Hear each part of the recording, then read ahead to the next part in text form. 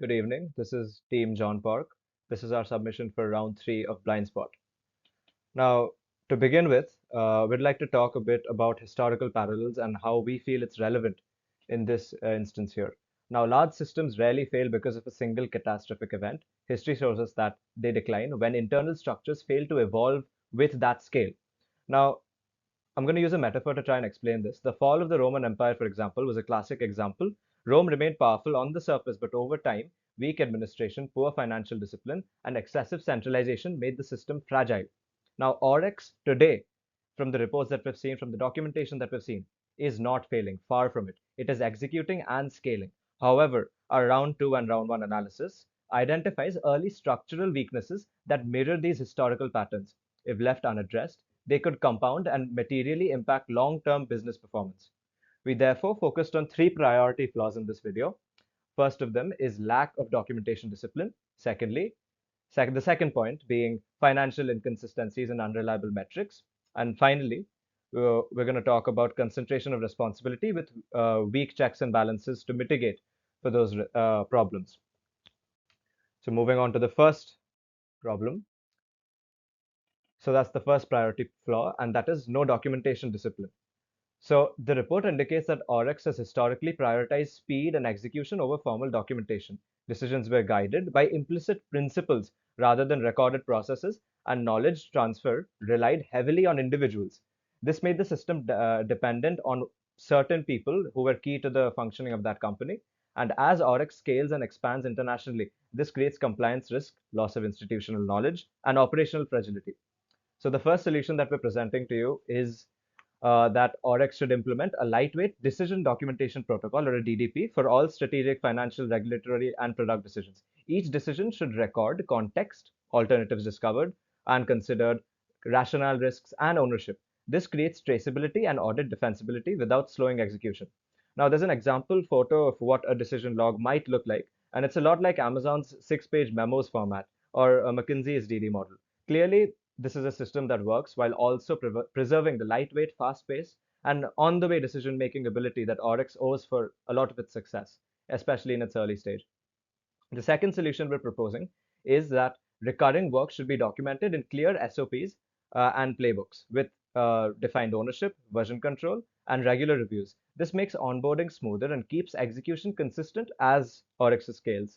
Now, a lot of companies that are aligned to the ISO, the International Organization for Standardization, we have companies like Toyota, Microsoft, and even Siemens.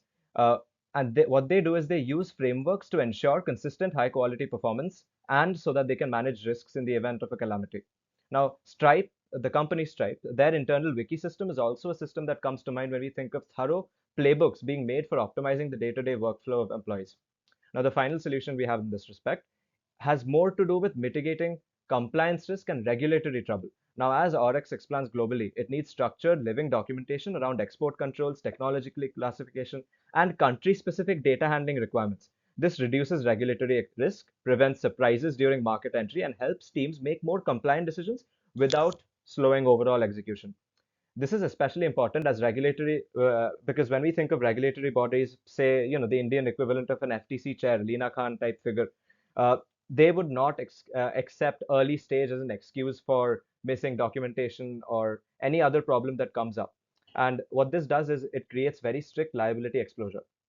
This flaw is particularly important as many of India's tech exporters often fail audits not because of any intentional wrongdoing, but because they miss documentation, key documentation that is very important for filing for a lot of these regulatory bodies. Now, moving on, we have the second priority flaw, which has to do with unreliable financial reporting. Now, there are clear discrepancies between narrative financial statements and the performance sheets, including mismatched revenue figures, inflated rounding, and materially incorrect lifetime value calculations. Now, these issues undermine decision making and raise credibility concerns with investors. To put it very bluntly, Oryx's record does not match its rhetoric.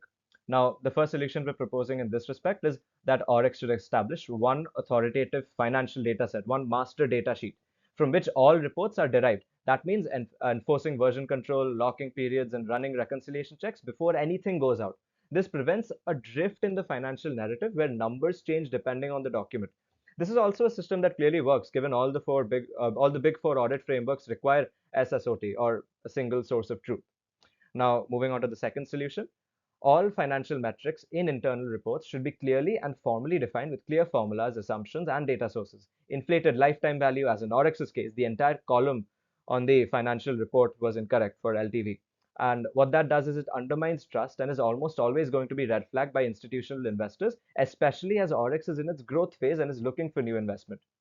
Finally, the last solution that we're presenting is quarterly internal reviews and sign-offs should not just reconcile all financial metrics, but see if they also match the narrative that the company projects of itself outside. That includes any public statements that the company has made, and it prevents inconsistencies between the company's public statements versus its actual financial metrics.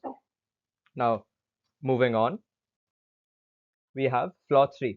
The third flaw is excessive concentration of authority. Now, operational decisions, approvals, and the escalations all converge on the CEO and CTO, which are the only two executive roles that have been mentioned in all of the documents that were presented throughout the competition.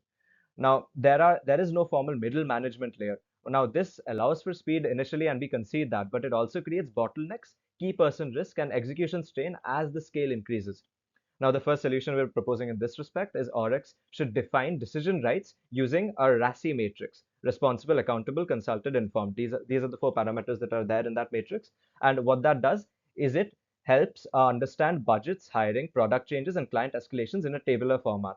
This enables parallel execution and reduces unnecessary founder involvement.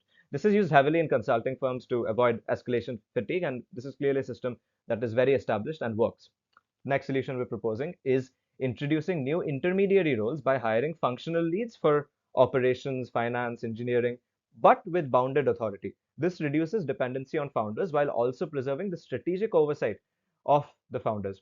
Now, what Oryx needs to do is decouple strategy from execution, which is exactly what introducing these new roles accomplishes in doing. Now, solution 3C, we have weekly operational reviews and monthly cross-functional forums that should be set up, but with clear escalation thresholds so that issues aren't escalated outright beyond a certain point. This ensures that governance stays predictable without slowing execution. Moving on, the conclusion. Now, every issue here is interconnected in some respect. Lack of documentation discipline creates institutional fragility, wherein knowledge is stored in people, not systems. This creates dependence on a select few people, which increases stress points on a few people in the company hierarchy. Lack of thorough accountability checks then leads to financial mismanagement, negligence, malpractice, you name it.